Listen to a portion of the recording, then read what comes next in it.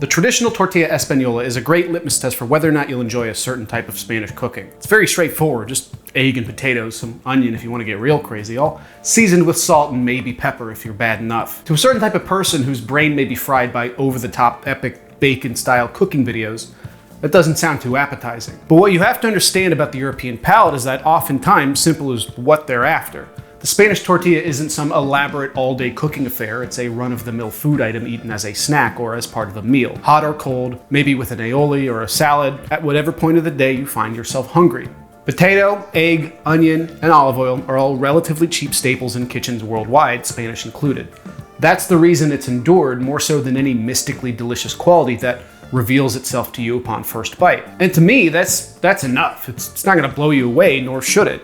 It's a middle-of-the-road food item that you may like or you may hate. When I first ran into it in Spain, I wasn't exactly begging to give it a try. I like my eggs so runny that a well-motivated individual with an incubator could probably still hatch them. The brown, often rubbery-looking surface of a traditional tortilla española just didn't appeal to me, regardless of how deliciously silky the egg within promised to be. But the texture of the tortilla, if done right, squares that circle beautifully and, in my opinion, will convert any skeptic. I mean, provided you don't eat eggs at all, then you're just not gonna like it. But another reason we're here today is because my fiance and I brought back this big container of potato chips from our recent trip to Valencia to use as a cute little decorative wine bucket. And by brought back, I mean I actually forgot the stupid thing in the hotel, so once we were back in Chicago, I had to buy one on Amazon for like $70, which sort of revealed to me I wasn't the only one who had this idea. But don't tell anyone that, it kind of ruins the story. Either way, we're stuck with more potato chips than two people should responsibly eat in the time before they'll go stale. So I'm making tortilla española two ways today, traditional and potato chip, for the same reason people make it in Spain or make a frittata in Italy or an omelet in France.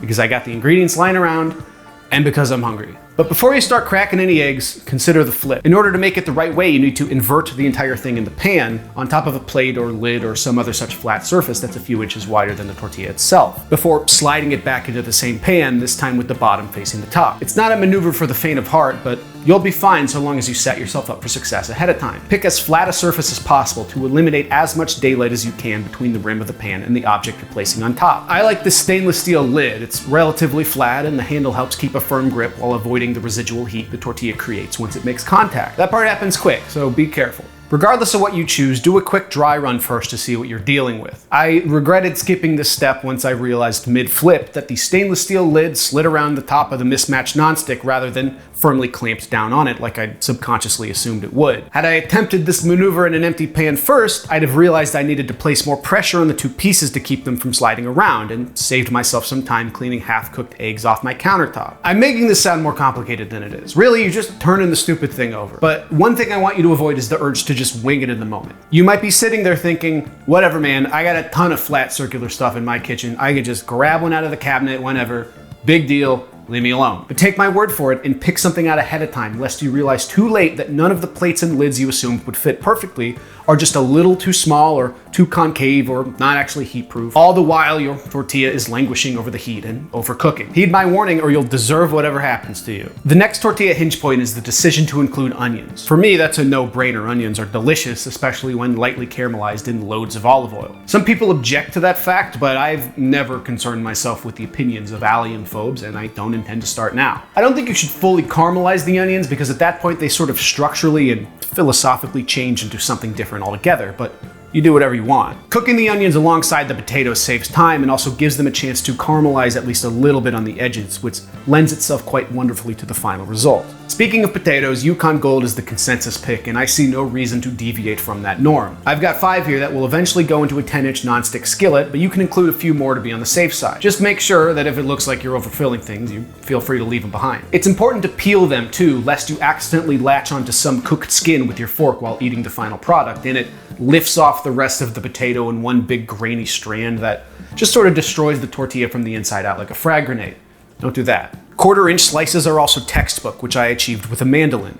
Digging your mandolin out of whatever drawer it's currently lost in can be a pain, but slicing the onions with it as well creates enough usage to justify it, in my opinion. If you end up with large slices, cut them in half, as one of my test tortillas was more or less ruined by too many beefy chunks of potato. Once they're in and cooking, try to separate the slices from one another in the pan as best as possible for a more evenly distributed final product. You'll notice here I'm using a big cast iron Dutch oven. There's a couple reasons for that. The first just has to do with pure kitchen utility. Frying things in a pan with larger sides like this cuts down on oil splatter you have to clean up later, but more than anything, it's to just give yourself a bigger work area. A larger canvas upon which to paint your tortilla masterpiece, if you will.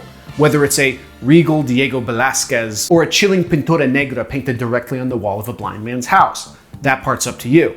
This does eventually go in a regular 10-inch non-stick, so if you hate doing dishes more than you hate cleaning oil off your range top, which would be crazy, you can probably get away with doing it in just one pan. By the way, I'm dumping everything in all at once here because I sliced the veggies up all in one go out of filming considerations. But if you're starting from scratch, just slice and add the hot oil as you go. This is a slow process, a little over 20 minutes total, so not everything needs to go in all at once. A lot of people seem intimidated by the amount of olive oil used in making one of these.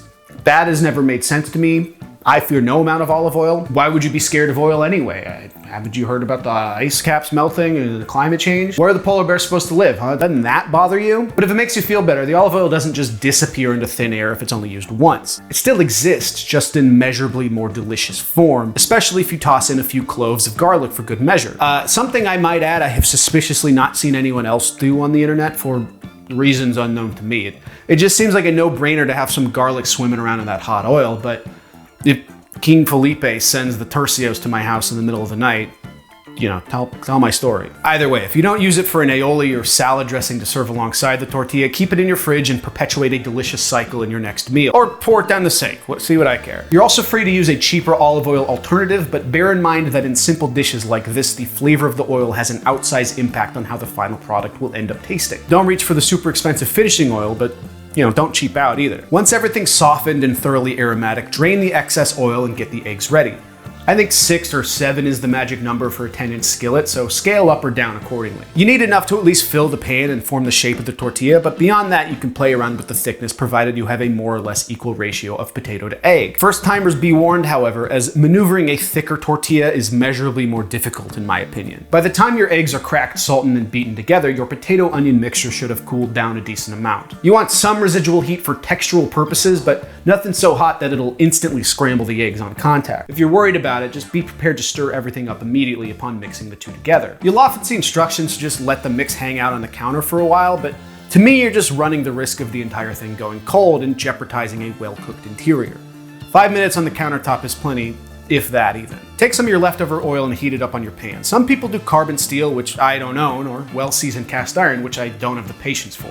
Non-stick is the way to go as far as I'm concerned. Pour the well-incorporated egg goop into the pan and start evening everything out, mostly through shaking and swirling. But a few big folds go a long way if you're dealing with a larger quantity of eggs. The idea here is to start forming the eventual shape of the tortilla, so try to keep the edges nice and tidy. I err on the side of caution with a medium to medium-low heat. There's no rush. The longer you leave it on, the better the browning's gonna be. Once the egg on top looks just set enough that you're confident it won't go flying all over your kitchen once inverted, it's time to flip. If you're like me and you want to keep your inside runny by any means necessary, resist the urge to flip prematurely. I'd recommend any first timer do this maneuver away from their stovetop and over a cutting board or kitchen sink just in case. But apply even pressure and flip confidently in one fluid motion and you'll be fine. And listen, even if a few curds get away, it's not the end of the world.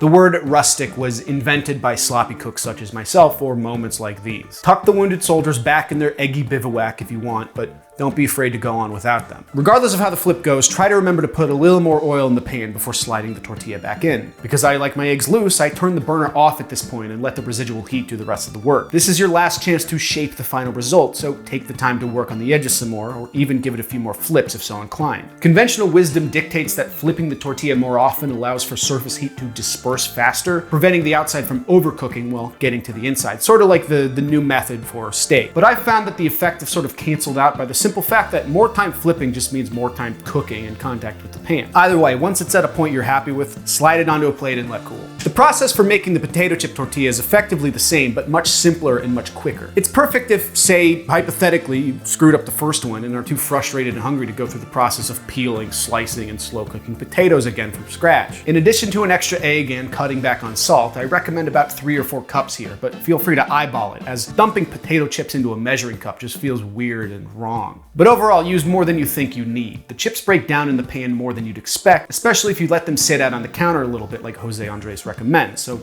be advised. Beyond that, it's just a matter of stirring everything thoroughly to make sure every potato chip is coated in at least some egg and your short-cooked tortilla is ready to be cooked and flipped the same way. So there you go. 2 different tortillas, 2 separate tastes, but one pleasant surprise. If you're watching this and thinking, hey, that's great, but this still doesn't look like anything I'd ever eat, I'd invite you to reconsider that assumption. Granted, if you're not an egg person at all, this probably won't change your mind, but like I said, I was convinced the brown top would be revolting and was totally wrong, finding myself instead charmed by the creamy, almost custard-like insides and the melt-in-your-mouth potato. I guess you could say I flipped again.